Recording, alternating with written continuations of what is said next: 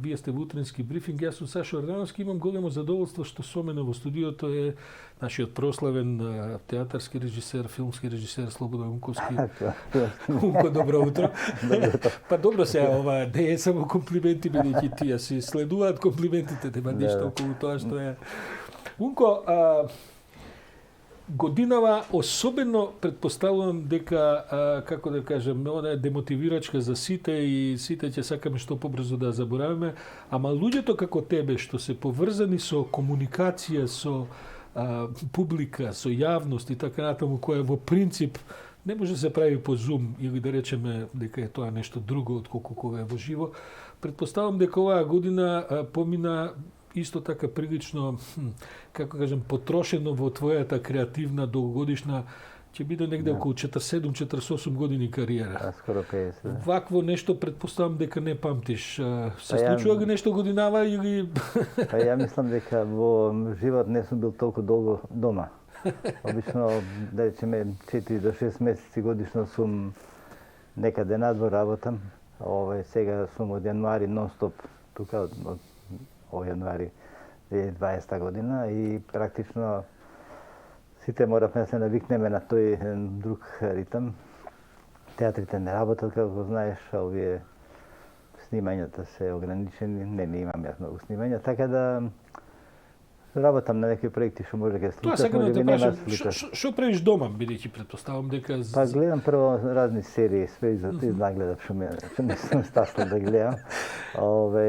Нешто прочитав, нешто малце пишувам, ама така, не со голем мерак. Не знам дали имаше прилика да гледаш на Netflix 2 сезони помина од Комински метод, кај што Майкл Даглас, една изворедна серија која што има извореден формат, 2-30 минути епизода, во кој што Майкл Даглас со една фасцинантна екипа глумечка, холивудска и така натаму. Па и Аркин, вториот Аркин. Така е.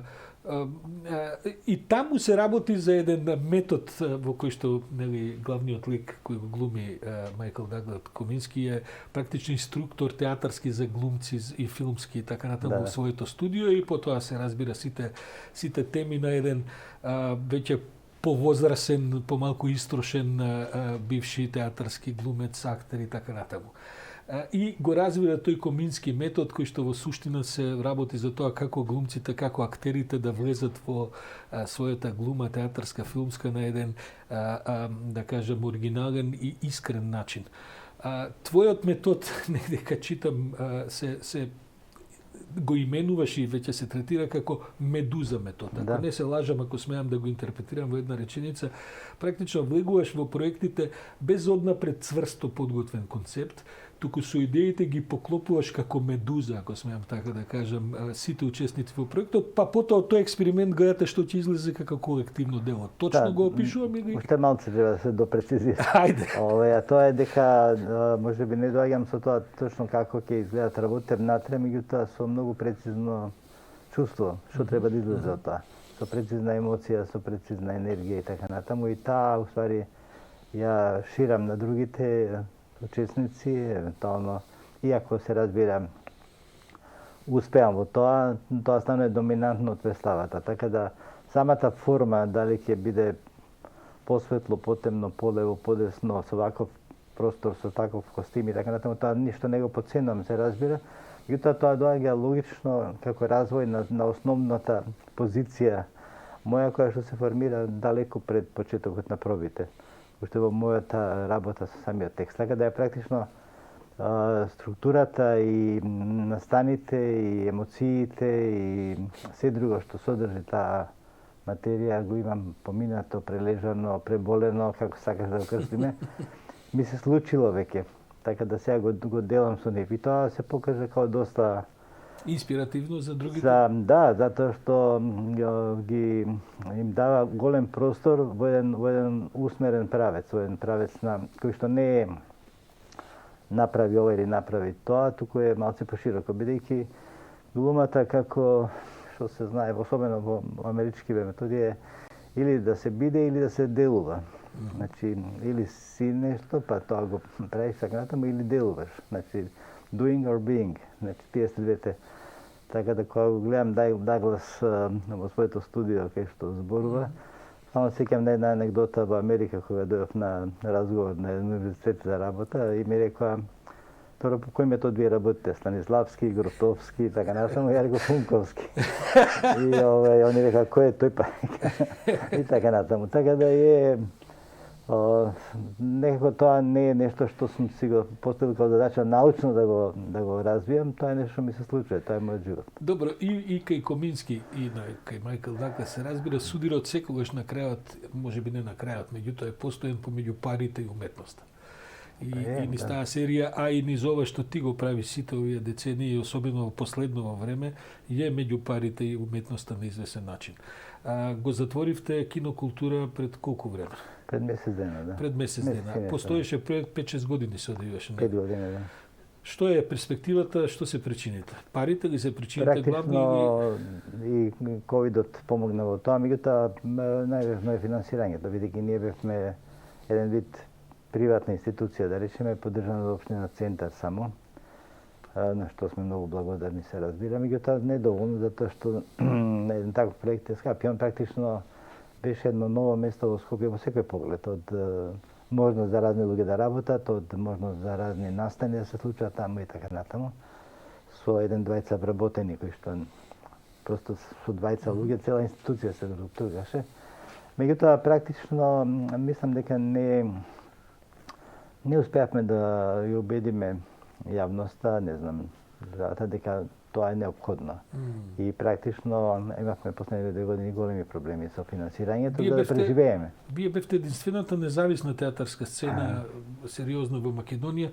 Што се случува со театарот на Навигаторот Цветко? Уште го користите тој простор? Проектот се уште постои или? Па не, тој беше кинокултура е практично две организации беа таму, Театар Навигатор Цветко, кај што бевме Александар Поповски, јас, Павле Игновски и други луѓе и Локомотива на Билјана Тануровска и Виолета, кои што практично друга област од уметноста зафатија и Театар Навигатор Цветко на некој начин сигурно со ова ќе заврши својот живот, така да кажам, после скоро 12-15 години постоење и што направи разни представи. Те следи некако таа, не можам да кажам несреќна Како сакаш крсти го тоа, да. Се влече тоа уште од мала станица и тоа беше еден обид да се промовира еден алтернативен начин, да се даде простор за млади луѓе, многумина таму доживеа промоција професионална во светот на театрот, па и на филмот, каде што навистина се изфрлија десетина и повеќе, можеби не само актери, така. Ова исто сега со кинокултура. Не сакам да лементираме, сакам да те прашам, бидејќи си секако еден од најквалификуваните, сакам да те прашам нешто и со политичка содржина, бидејќи хајде си били министар за култура 2,5 години на времето. Социјалдемократскиот сојуз во последните 3-4 години колку што се на власт, па мислам сега ако бројам, не им трае министер за култура повеќе од година и пол дена. Тоа покажува една неверојатна неконзистентност во нешто што како наводно би требало да е едно од најзначајните дејности во Македонија, културата. Има ли тоа врска со со како изгледаат политиките или луѓето не се важни што се менуваат, бидејќи концептите се важни? Како не се важни? Важни се луѓето, се разбира, бидејќи они го даваат белегот на целата работа, иако евентуално кога би имало некој тврст концепт, па тој да биде прецизно поставен понатаму, да речеме тој го турка од еден на друг носител на таа функција оди понатаму. Меѓутоа практично се генерално, значи независно и со оваа влада, само генерално речеме културата е некаков се уште терет за оваа држава и тоа се гледа во вакви кризни ситуации, да речеме, кога ги заглавиме еве као сега со Бугариве, со тие преговори и така натаму, се гледа колку фали тој дел, уствари практично и колку фали пошироко во општеството повисоко ниво на културата и поинако мислење за работите. Затоа што понекогаш таа една сурова енергија, некултивирана, избива и ги дефинира процесиве и прави една општа атмосфера во државата. Кога би била културата поозбилно сватена и поозбилно третирана, би имале, се разбира, и поквалитетен, поширок општествен живот, мислам.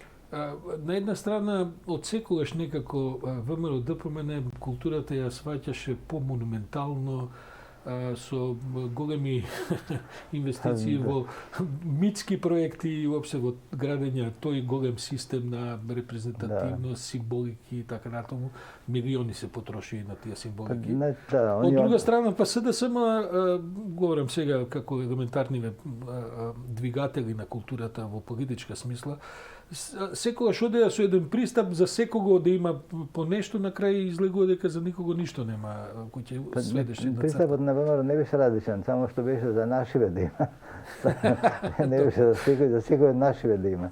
Така да многумина од нашиве под наводи сними разни од филмови до разни други работи што направија, добија пари што не знаеме зашто и така натаму. А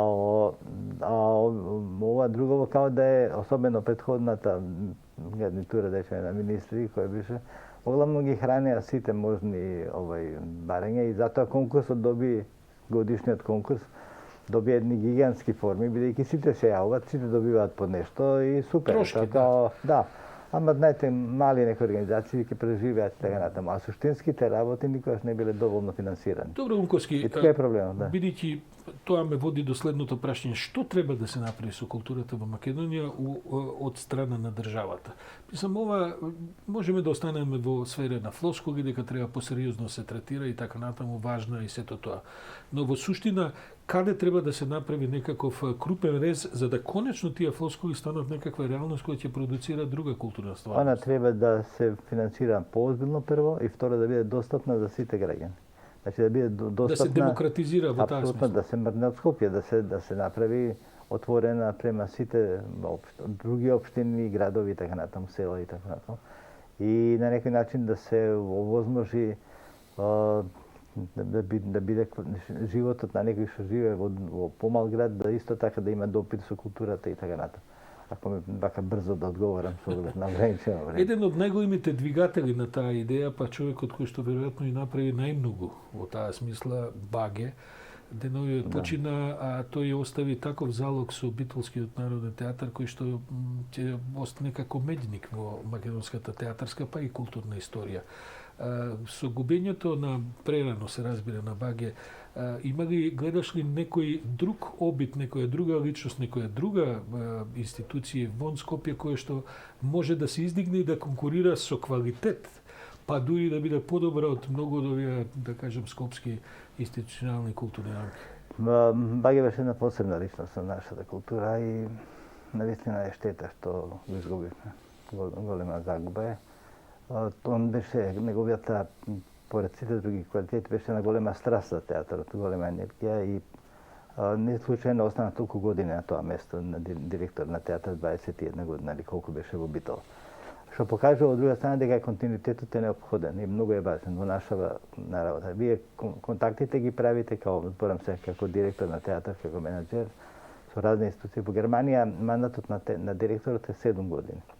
Така е, за да можеш да почнеш нешто и да се види некако концепти на кој. И се бира 2 години пред да заврши мандатот на претходниот директор. Така да 2 години пред да дојдеш да ме замениш ако сум ја директор, имаш доволно време да се спремиш, да договориш се, да смениш ансамбл, да донесеш нови луѓе, да направиш репертоар и така натаму и да се случи тоа што случува. Така да кај нас со таква една брза промена на директори на раководни места, како доаѓа нова политичка гарнитура, така има потреба да ги менува, да ги задоволи сите своји апетитите на своите разни членови и не може да се зборува за никаков озбилен континуитет, да не збориме за уметнички сега некој модел, да не збориме за репертоарски и така натаму. Тоа се при тоа морам да кажам дека сум запрепастен дека глумците во театрите не ги бранат доволно своите раководства, да речеме, кои што покажале некои резултати. Брзо се откажуваат, одат понатаму и така натаму и во тоа немање континуитет вие немате практично солидно образован, солидно искусен човек на такво место. И тоа остава траги. Друга е, од тие 20 на години Баге што беше во Битола, он направи контакт со цела Европа, со цел регионот да не зборува. И практично секаде можеше театарот да оди да направи, да викне луѓе. Нема кој не режирал таму или нема кој не дошол да види макар што се работи. Така да е тој континуитетот во сите работи е многу важен, во наша особено за такво место. Има ли разлика во другите околни земји, бидејќи си многу присутен, особено во Србија, во Словенија, па и во Грција, во неодамна последниве години така. Има негдека нешто што можеме да научиме во смисла на ова што го говориме од околниве земји? Се работи, сакам да кажам, за слични буџети, помалку или повеќе, за слични проблеми со кои се справуваат државите во таа смисла? Па, всушност, буџетите не се слични, Добро. него се различни. Во Србија, да речеме, во многу театри, различен е буџетот на ФНС. Многу поголеми? Да. Да, например, сега добро, може би ја се работа на такви места, така да... И, да речеме, например, во Југословенско драмско директорот е веќе 8 години или повеќе од тоа.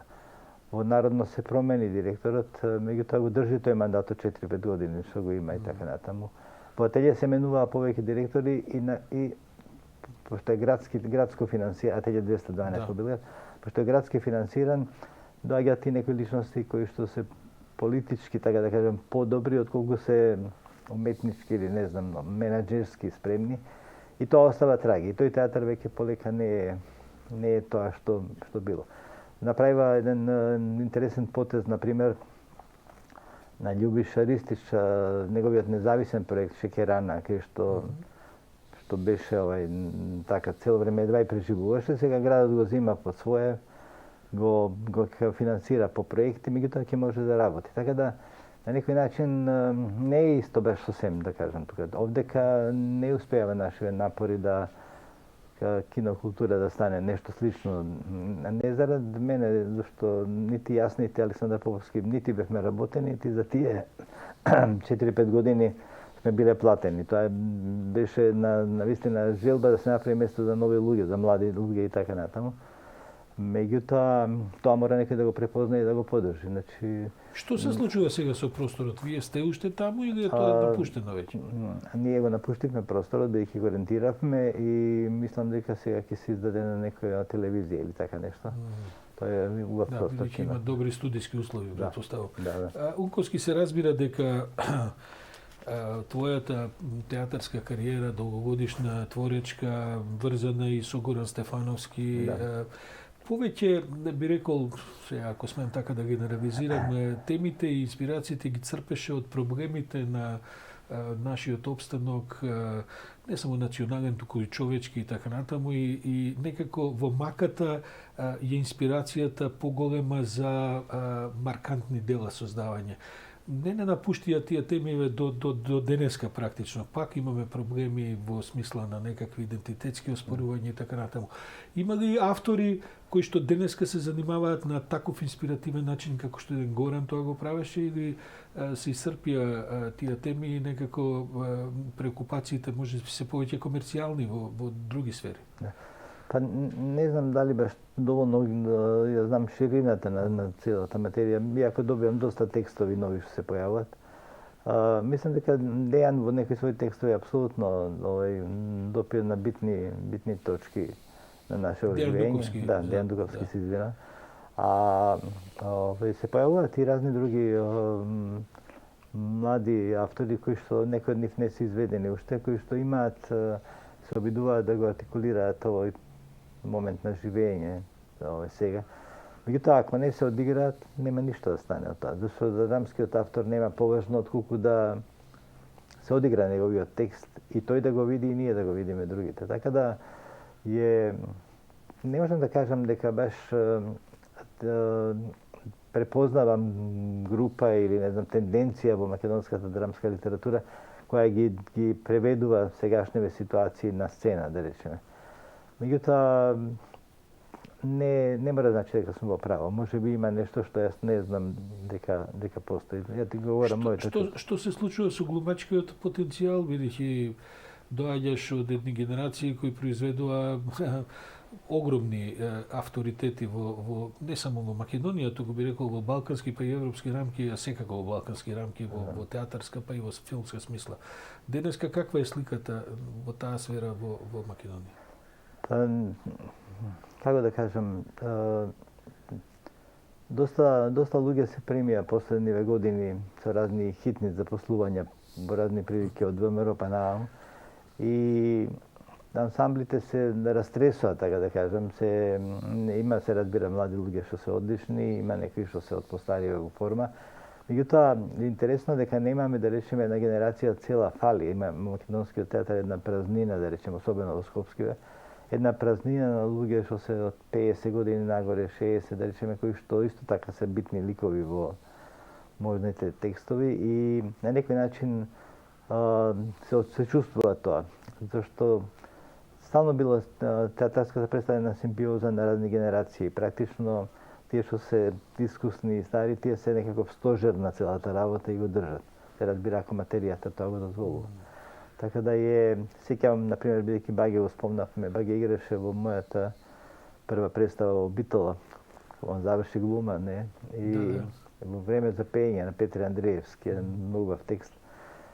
Sjećam na Bitolski teatar, Aco Stefanovski, cijela jedna grupa glumci, da ti je stara da blizeš na proba od energijata, od temperamentot, i tako na tom. Takvi isti imaše vo Skopje, vo Dramski, da rečeme, u mene ne go znam, to je periodo, ono bi neki nera, međutim, i tamo bi Petar Paličko, Meri Boško i drugi te.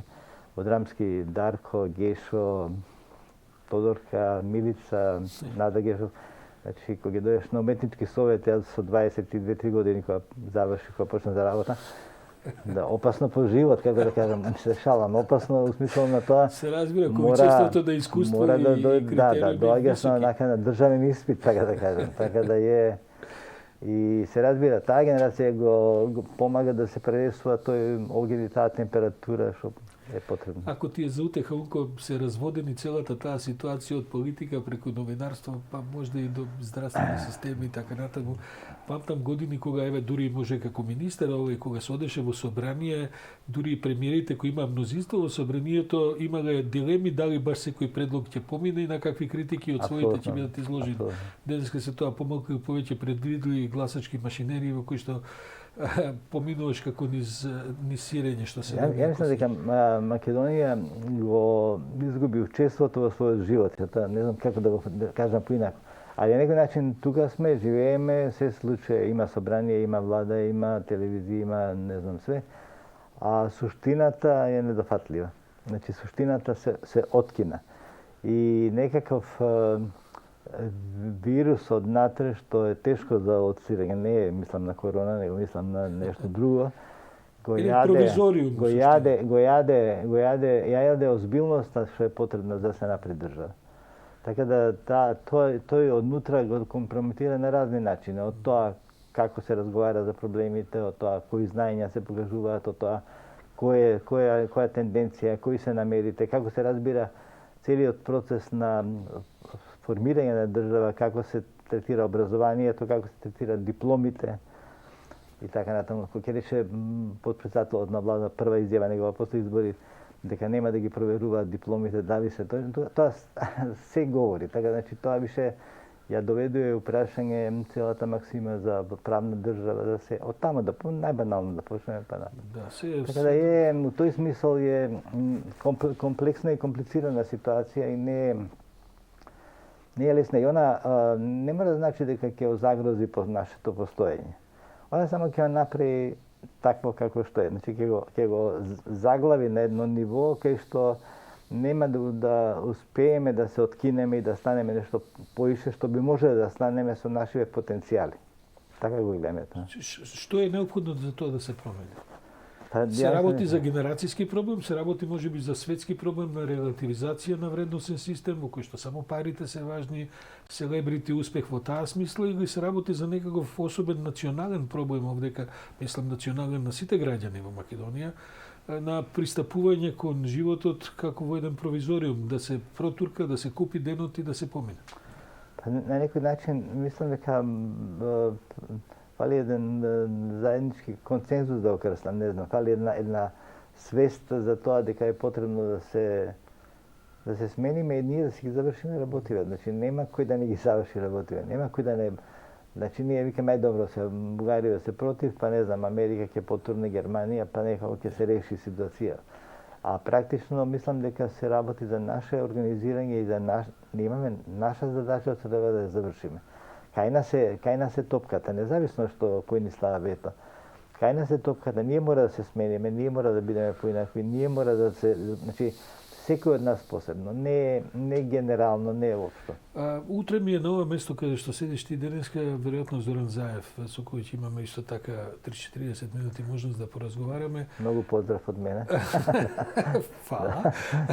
Според ми е, ова што ти го говориш е нешто што нашите политичари, не само овој Заев, туку и претпоставам и сите други нон-стоп го говорат. Дали е само политиката надлежна тоа да го апелира? Зашто го прашувам тоа, Унковски? Конечно се однесува тој на културата. Зошто секогаш импулсот треба да дојде од политиката? Зошто во здравството не се јават здравствени организации кои не се државни, комори, експерти и така натаму? Зошто во културата не се јават интелектуалци кои немаат врска со некаква функција и така? Зошто стално овдека се чека дека државата е мајката, таткото кој ќе ги реши сите проблеми? Ја не мислам дека државата треба да ги реши. Тоа реков пред малку, дека треба секој од нас да тоа што тамо кај што може да направи. Меѓутоа е системот е некако така поставен, да тамо се парите, тамо е моќта, тамо е регулативата, тамо е се, како што и на многу други места. Меѓутоа независните гласови, синдикатите, не знам, други организации се јавуваат и го кажуваат својот глас. Овдека се што нема да се подржи политички, станува као нешто што е против, а не како нешто што е квалитет на некој посебно мислење. Така да озбилно, ја немам решение, мислам, не сум ни, како да кажам, го чувствам, ја говорам со стојбата како ја гледам. И ја затоа ги правев овие сите проекти, кинокултура, претходно Мала станица и други. Јас имав и тој период, сега да речеме помалку, зашто веќе сум и постар. Меѓутоа да речеме доволна работа да не бидам тука воопшто, да одам да работам надош. Меѓутоа славно мислам дека е битно да се отворат други места со поинаков тип на мислење, значи со поинакво финансирање, со поинаков собир на глумци и така натаму. И тоа го направив, мислам дека можеме да ги третираме тие два проекти како два порази, бидејќи не успеават да преживеат. А можеме да ги третираме и поинако, како еден огромен исчекот, да речеме, кој што е модел за понатаму нешто друго да се развие. Ја верувам дека и независната културна сцена е таа што ќе размрда овој простор, под услов да добие малку повеќе храна од државата. Добра, нема начин некој друг да се вклучи со финансии, немаме некакво чувство на општествена одговорност, има толку компании кои прават милионски профити, банки, телекоми и така натаму. Предпоставам дека, како и сите ние, ти си поминал, сите ги знаеш, предпоставам главните луѓе на десетици такви институции. Што е нивната реакција? Сите они викаат државата немаме не, ние сме добивале помали пари од повеќе спонзори. Меѓутоа немаме да речеме, не успеваме да најдеме модел кај што тоа ќе се ефектуира. Значи оној што дава пари, некако тоа да му влијае на данок, на било. Да, низ даночните политики државата со години одбива да влезе во таа. Конечно и за спортот исто тоа важи, не само за културата. Се мислеше дека така се перат пари, затоа се беше против. Да, се убива пациентот заради болка во палецот.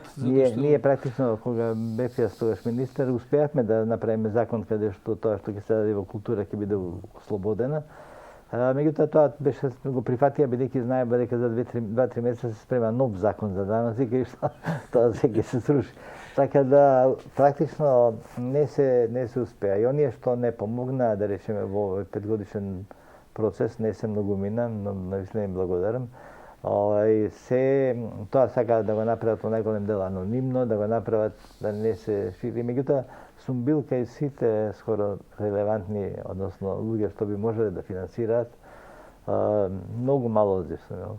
Не ми било срам да одам, затоа што не сум барал за мене, него сум барал за една идеја која што функционирала во Скопје, имала своја публика и така натаму. Меѓутоа не сум успел. Други вредности се и ме праша еден од поголемите спонзори вака тајно на еден ручек. Ќе бидеш ли ти нешто увладава следно тогаш кога. И јас сватив дека тоа е тоа прашањето, ако сум може ќе даде нешто. се разбира дека нема да бидам и така. Си погрешен, си требал да влезеш во комбинација во која како да се спремам за висока функција. Тој инаку се нарекува рекетирање, ама кај нас изгледа дека другчија поинаку не може да функционира доколку нема благ притисок и закана од некакви други елементи. Знаеш како, на пример, америкската култура функционира на спонзорство и на донации. Она што го дава државата, не знам сега годинава да речеме, али до скоро, беше помалку колку што дава Германија за, не знам, за Хамбург, за Франкфурт, за култура. Целата Америка, National Endowment for Arts или некој таков систем. Така да се базира на свеста и на даночниот систем и на воопшто на чувството на давање. Мислам дека тоа има врска и со религијата, така да кажам, затоа што давање, заборав, простување на неправдите и на гревовите и на така натаму, простување као модел, што гледам дека господин Заев го има на некој начин во своето однесување.